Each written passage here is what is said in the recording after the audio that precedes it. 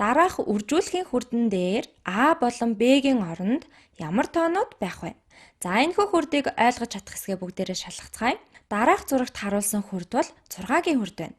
Өөрөөр хэлбэл 6 хүртэлх тоонуудын үржүүрүүдийг тэгшүнцэгт хэлбэрээр харуулсан байна.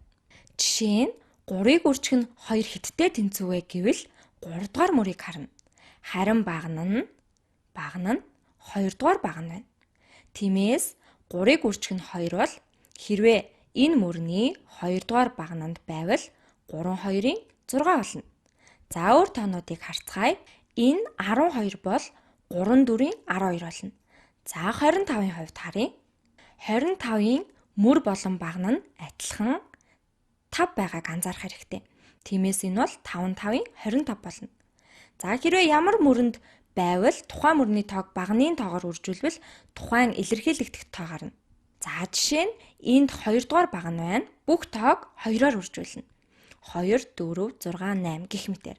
Харин 5 дугаар багнанд байвал 5-аар тоолно. 5 10 15 20 гэх мэтээр. 5 1-ийн 5, 5 2-ын 10, 5 3-ын 15, 5 4-ийн 20. За энэ мөр мөн ялгаагүй. 2 4 6 8 гэх мэтээр үргэлжилнэ. Учир нь 2 1-ийн 2, 2 2-ын 4 гэх мэтээр цааш 2 2-аар ихснэ. Харин энд бол 6-гаар ихснэ. 6 1-ийн 6, 6 2-ын 12, 6 3-ын 18, 6 4-ийн 24 үржүүлэхийн хүрдийг ойлгоход үнэхээр амархан байна, тийм ээ? Үржүүлэхийн хүрд бол үнэхээр гайхалтай зүй тогтолтой байна. За асуултаа эргээд харвал А болон Б-гийн оронд хэд байх вэ? За тэгэхээр А бол энд байна. Үүнийг бодох нэг арга бол 4 4-ийн хэд вэ гэдгийг мэдэх юм. 4 4-ийн 16 гэдгийг бид мэднэ, тийм ээ? 4 4-ийн 16. За өөр аргаар бодвол энэ 4-р багныг доош нь 4 4-өөр тоолно. 4 8 12 тэгээд 4-ийг нэмээд 12 дээр нэмэх нь 4 тэнцүү 16 болно. За харин одоо Б-г олцгоё. За саяны аргаараа олъё. Б бол 3 дугаар багнанд байна. 3 6 9 тэгээд 3-ыг нэмвэл 12 болно. Б бол 12 байна. За эсвэл мөрийн дагуу тоолж болно. 4 8 тэгээд 4-ыг нэмээд 12 болно. За энд бас нэгэн ойлголтыг төрүүлж байна. Б бол 4 болон 3-ын огтлцол дээр байна. Тийм учраас 4 3-ын 12 болно. За их багын тэмдгийг байрлуул гэж бидэнд даалгасан байна. А бол Б-гээс их. За их байна. Энэ бол ихийн тэмдэг бөгөөд зүүн талд байгаа тоо руу харсан байна. Зүүн талд байгаа тоо нь их гэсэн үг. Их тоо руу харсан байдаг. За А бол Б-гээс их, учир нь 4 4-ийн 16 бөгөөд 4 3-ийн 12-оос их. За тийм ээ, 4-ийг 4-өөр үржүүлвэл 4-ийг 3-аар үржүүлснээс их. За ойлгогдож байгаа бах. 4 ширхэг 4, 3 ширхэг 4 хоёрын мэдээж 4 ширхэг 4 нь 1 ширхэг 4-өөр их байна. Үнэхээр ойлгомжтой байна шүү дээ. За дахиад нэг дасгал хийж үзье. Дараах үржүүлэхийн хүрдэн дээр А болон Б-гийн оронд ямар тоонууд байх вэ? Их багын тэмдгийг байрлуул. За өмнөхтэй ижилхэн бодлого байна. А бол 4 болон 5-ын огтлцол дээр байна. Тиймээс 20-той тэнцүү.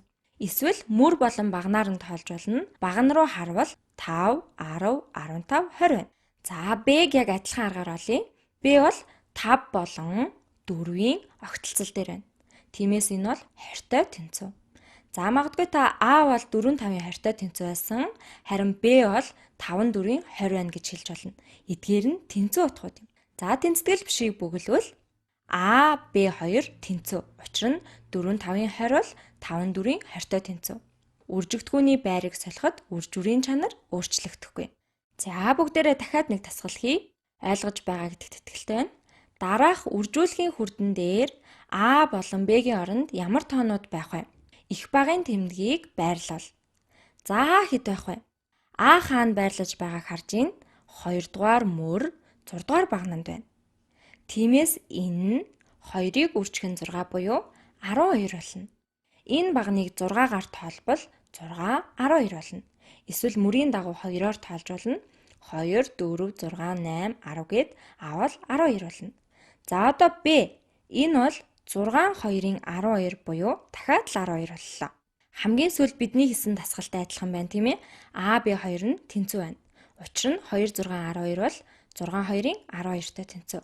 За дахиад нэг дасгал ажлын үнэхээр сонирхолтой байна. Тэгэхээр А бол 4-1-ийн 4-тэй тэнцүү байна. Харин Б бол 1-4-ийн мөн л 4-тэй тэнцүү байна. Энд байгаа зүй тогтолцоог харж байгаа гэж бодож байна. А бол Б-тэй тэнцүү, учир нь 4-1-ийн 4, 1-4-ийн 4 хоорондоо тэнцүү.